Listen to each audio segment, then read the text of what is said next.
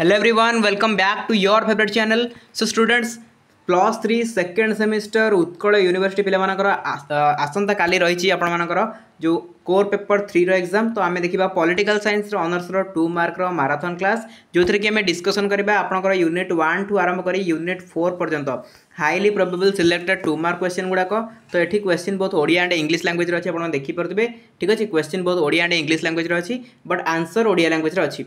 ठीक अच्छे, तो बहुत सारा पिला अच्छे जो मैंने कि ओडिया रे ही एग्जाम दौरान कि किसी पिला अच्छे जो मैंने इंग्लिश एग्जाम दौरान। तो जो मैंने इंग्लिश एग्जाम दौरान से क्वेश्चन गूगल टाइप कर आंसर पाइपर बट जो मैंने ओडिया एग्जाम दौरान से यूट्यूब डायरेक्टली आंसर पाइपर। ठीक अच्छे, तो लेट करवानी आम स्टार्ट करवा। फास्ट क्वेश्चन को जीवा। राजनीति तत्व कौन? What is political theory? जो मैंने इंग्लिश मीडियम अच्छी से खाली क्वेश्चन टाइप टिपी नहीं पढ़ातु जो जो क्वेश्चन सब डिस्कसन कराऊँगी। आज बुझापी चाहिए तो बुझीपार बुझा तो किसी दरकार ना कहीं बुझानी एवं क्विकली या रिविजन करवा। बुझा कथा जहाँ आप बुझीथे निहाती एग्जाम पूर्व। तो एग्जाम पूर्व दिन कौन बुझा समय थाए। ओके चलतु, राजनीति तत्व कौन ताहले ना राजनीति तत्व हूँ राजनीति विज्ञान अनुसरण कर दर्शन बा आदर्शर समाहार। विभिन्न राजनैतिक दार्शनिक मानक चिंताधारा और मतामत को आधार कर विभिन्न मौलिक मतवाद और धारणा विषय आलोकपात कराए। राजनीति विज्ञान अध्ययन प्रवेश पथ होची राजनीति तत्व। ठीक अच्छे, राजनीति विज्ञान गुरुत्व कौन? Relevance of political science. देखो साधारणतः राजनीति विज्ञान राष्ट्र एवं सरकार विषय में सम्यक धारणा देता है। राष्ट्रर प्रकारभेद, सरकार स्वरूप, शासन नीति, आदर्श एवं व्यक्तिर राष्ट्र सहित संपर्क विषय में अध्ययन करिଥାଏ। यह व्यक्तिर अधिकार और कर्तव्य विषय में सम्यक धारणा देता है। राष्ट्र राष्ट्र मध्य संपर्क एवं समस्या समाधान सूत्र बाहर कर सहायक होता है। नेक्स्ट, राजनीति विज्ञान आदर्शगत शैली क्या कहुए? मैंने राजनीति विज्ञान जो रहा नॉर्मेटिव अप्रोच माने कौन? देखो राजनीति विज्ञान को अध्ययन करने जो शैली मूल्यबोध को अधिक गुरुत्व प्रदान करे यह आदर्शगत शैली बोली कहुए, नॉर्मेटिव अप्रोच बोली कहुए। नैतिक और आदर्शगत चिंताधारा बहन करथिबा शैली साधारणतः आदर्शवाद परिसरभुक्त। यह द्वारा सठिक राजनीतिक व्यवहार निर्धारण करा जाए। प्लाटन को आदर्श राष्ट्र, थॉमस मूर को यूटोपिया आदर्श प्रचार प्रसार करिबारे अग्रणी भूमिका ग्रहण करे। राजनीति विज्ञान अनुभव सिद्ध आदर्श कौन? जोटा कि एम्पेरियल अप्रोच। तो कौन हम? परीक्षामूलक दृष्टिभंगी अनुसार ज्ञान केवल संवेदनशील अनुभव द्वारा प्राप्त होता है।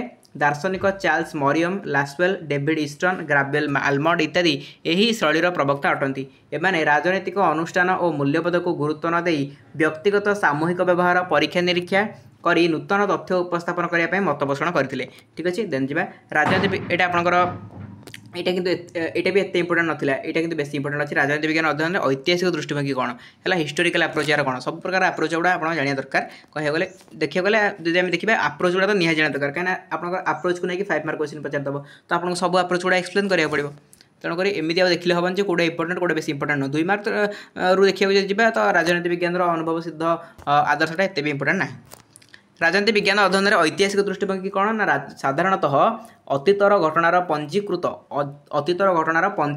रूप ही इतिहास। इतिहासर संगृहित तथ्य उपर निर्भर कर जो अध्ययन कराए ऐतिहासिक शैली कहुए। राजनीति विज्ञान में विभिन्न राजनैतिक अनुष्ठान गुड़िकर ऐतिहासिक घटनावली अनुसंधान कर भविष्य कार्यपंथा निर्णय करने यही शैलीर मूल मंत्र अटे। 6 नंबर क्वेश्चन जी, बिहेवियरल अप्रोच। राजनीति विज्ञान अध्ययन पर व्यवहार पद्धति एक आधुनिक शैली अटे। राजनीति क्षेत्र में व्यक्तिर मनस्तत्व और व्यवहार अध्ययन होती पद्धतिर मौलिक लक्ष्य मानविक व्यवहारिक मूल्यबोधर वास्तव उपसंहार पहुँचा यही प्रणालीर लक्ष्य। तापर यहाँ बहुत इंपोर्टेंट पे मैंने व्यवस्थागत पद्धति कौन? What is system approach? यही पद्धति एक वैज्ञानिक सिद्ध पद्धति अटे। David Easton, almond, then मॉट, Kaplan इत्यादि यही पद्धतिर प्रवक्ता। यही पद्धति अनुसार राजनीति विज्ञान को स्वतंत्र भाव अध्ययन करने संभव नुहे। यही शैली साधारणतः व्यवस्था कौशल परिसंख्यान वास्तव मूल्यबोध इत्यादि मध्य राजनीति विज्ञान पठन करे। तापर आपनकर आसिला अंत विषयक पद्धति। यार इंग्लिशटा लिखा है ये तो टिके गूगल टाइप करदे यार इंग्लिशटा।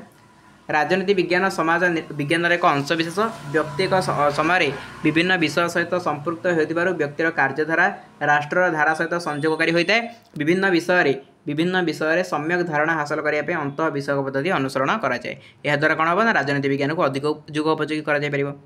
ओके आप्लाइड पॉलिटिक्स कौन प्रयोगात्मक राजनीति साधारणतः सरकार गठन कार्य प्रक्रिया संपर्क में आलोचना को प्रयोगात्मक राजनीति कहुए आईन प्रणयन आईन कार्यकारी न्याय प्रदान अनुष्ठान मानकर कार्य क्षमता आहरण उपभोग इत्यादि प्रयोगात्मक राजनीतिर अंशविशेष आधुनिकतावाद कौन वेरी वेरी इंपोर्टेंट क्वेश्चन आधुनिकतावाद कौन व्हाट इज मॉडर्निज्म साधारणतः सार्वजनीन श्रृंखलाबद्ध युक्तिसिद्ध प्रामाणिक तथ्य आधार में समाज और राष्ट्र व्यवस्था को अध्ययन करने को आधुनिकवाद कहुए आलोचना आलोचना पर्यालोचना समीक्षा युक्तियुक्त मतवाद आधार में राष्ट्र और सामाजिक व्यवस्थार श्रृंखला आने को आधुनिकतावाद कहुए आधुनिकता प्रत्येक व्यक्तिर जीवनशैली चालीचलन चिंताधार परिवर्तन आने सहित राष्ट्र और समाज में व्यापक परिवर्तन सपक्ष में मत प्रकाश करें ठीक अच्छे तापर नेक्स्ट जीवा ये टिके पे ब्लर आसी बट मुझे कहीदे देखो पारंपरिक उदारवाद ट्रेडिशनल लिबरलाइजेशन कौन पारंपरिक उदारवाद व्यक्तिर सुख स्वच्छंद को अधिक गुरुत्व देता है और राष्ट्र को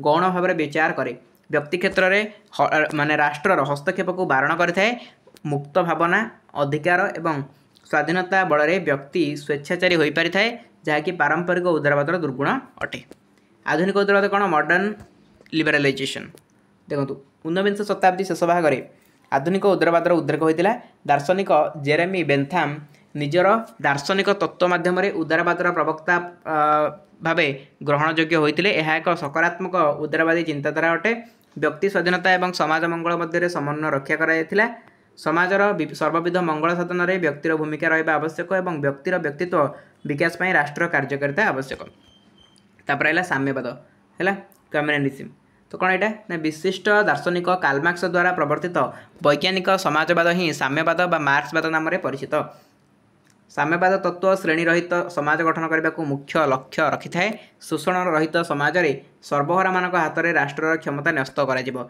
श्रेणी संघर्ष बल में पुंजीवाद विलोप साधन हो परिशेष में राष्ट्र व्यवस्थार विलोप साधन हो साम्यवाद प्रतिष्ठा हो तापर आइला आपणकर द्वंद्वात्मक वस्तुवाद कार्ल मार्क्स द्वंद्वात्मक पद्धति को दार्शनिक हेगेल चिंताधारा को अनुसरण करी एक भिन्न शैली प्रकाश करिसेंती जेहेतु तांको दार्शनिक तत्वर मूल आधार होची वस्तुवाद तेणु से द्वंद्वात्मक वस्तुवाद विषय आलोचना करिसेंती तापर श्रेणी संघर्ष कौन एटा तो आपण जानथिबे क्लास स्ट्रगल बा क्लास वार कार्ल मार्क्स को मत माने जोटा मुझे कहीदे सिंपल आप देखी दूसरे आप जानीपे एत कथा टेंशन ना ना कार्ल मार्क्स जो रहा क्लास स्ट्रगल बा क्लास वार बेले आम कहीदे तार अर्थ हूँ धनी दरिद्र होगा शोषक शोषित होगा पुंजीपति सर्वहारा होगा यही भितर कौन ना जो विरोधी गोष्ठी भाव आसवाटा को आम कही था कौन श्रेणी संघर्ष जो गरीब लोक मान जो अत्याचार कराला धनी लोक मान तरफ से ही कहुच्छी श्रेणी संघर्ष है से कष्ट सहते सर्वहारा एकछत्रवाद कौन आपंकर सर्वहारा एकछत्रवाद एक सामूहिक व्यवस्था जहाँकि श्रेणी संघर्ष को उत्पन्न करें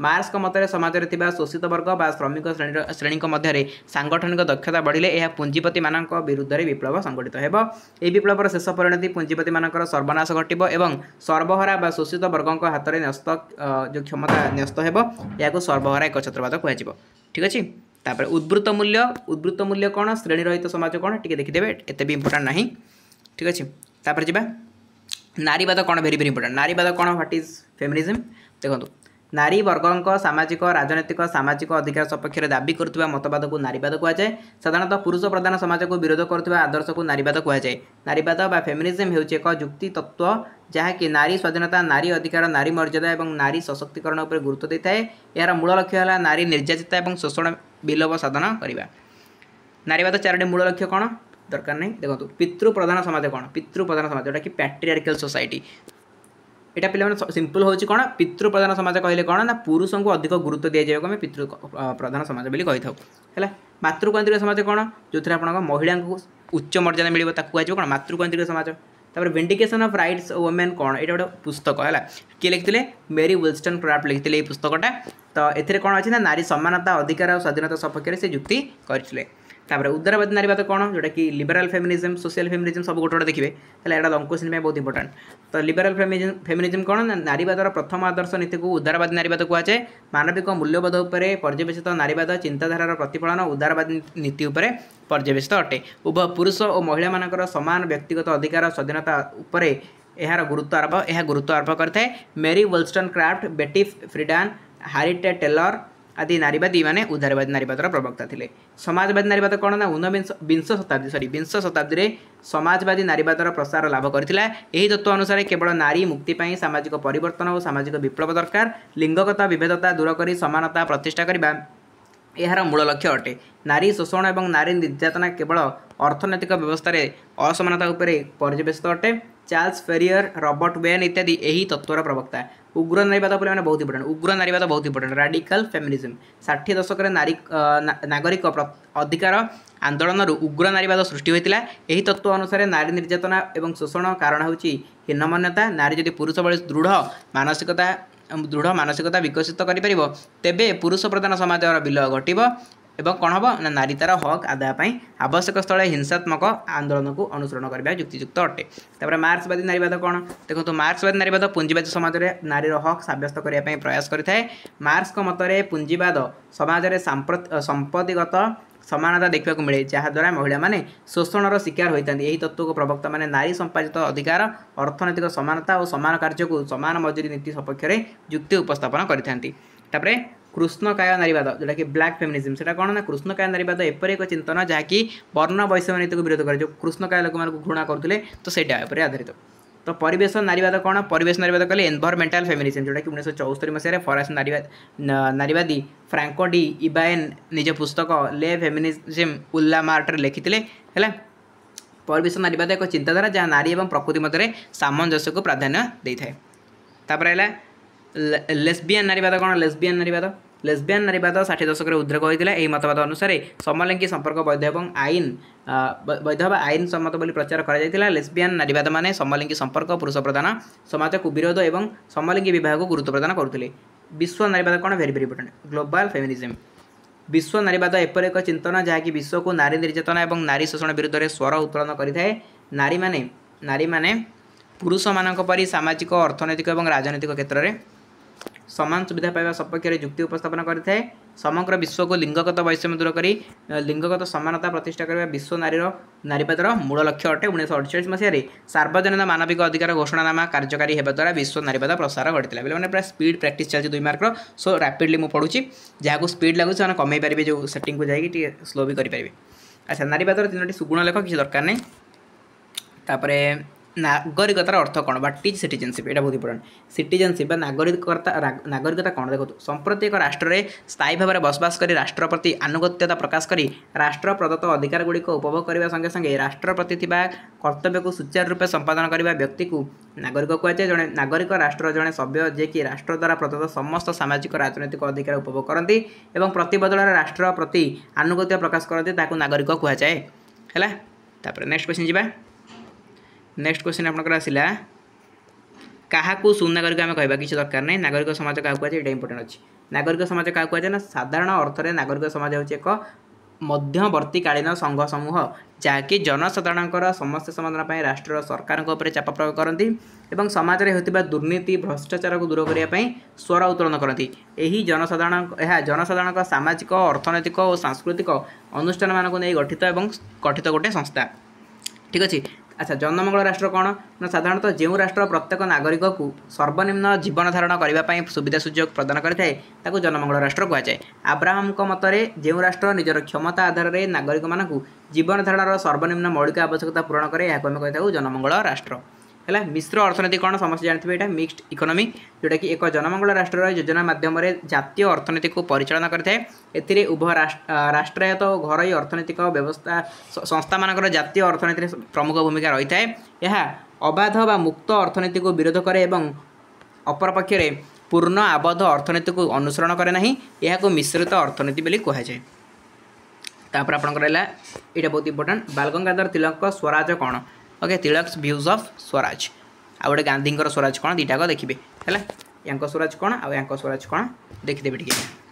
तापर सरला आपंकर एतिक आपंकर टोटाल मुझे कवर करदेली आप यूनिट 1 आरंभ कर यूनिट 4 पर्यंत जो 4टा यूनिट थी 4टा यूनिट्र बहुत इंपोर्टेंट सिलेक्टेड क्वेश्चन 2 मार्क गुड़ा मुझे कवर कली। एमती ना कि आहरी क्वेश्चन हेनी हम तो निहाती बट एतिक क्वेश्चन बहुत इंपोर्टेंट। आपंकर जब आउ किसी क्लास करार अच्छी अलरेडी मुझे कवर कर देछि है। सिलेबस आपंकर कवर कर देछि कोर पेपर 3 बा आप जोटा मेजर पेपर 3 बोली कहते तार आपने 1 mark 2 mark 5 mark 8 mark all question with answer पाइबे प्ले लिस्ट रे है all question with answer 1 mark 2 mark 5 mark तो क्वेश्चन विथ आंसर आप पाइबे 8 मार्क तो आप क्वेश्चन पाइबे आंसर आराम से कलेक्शन केमती करेंगे मुझे कही है तो political science honours second semester playlist को जी ऑल क्लासेस अच्छी से देखने में सब सिलेक्शन दिया सरी जाए आगुरी ही देती सब सिलेक्शन कारण एग्जाम पूर्व दिन देते आप पढ़ी पारे से आपको 2 मंथ कि 2 मंथ रु एबव हम 2 मंथ 3 मंथ पूर्व सिलेक्शन दिया आम स्टार्ट होता तो अलरेडी मुझे सब कवर कर देती आप ऑल यूनिट्स कवर होगी आप जाकि आराम से देखिपारे political science honours second semester playlist को जातु ठीक अच्छे जदि किसी प्रोब्लेम हो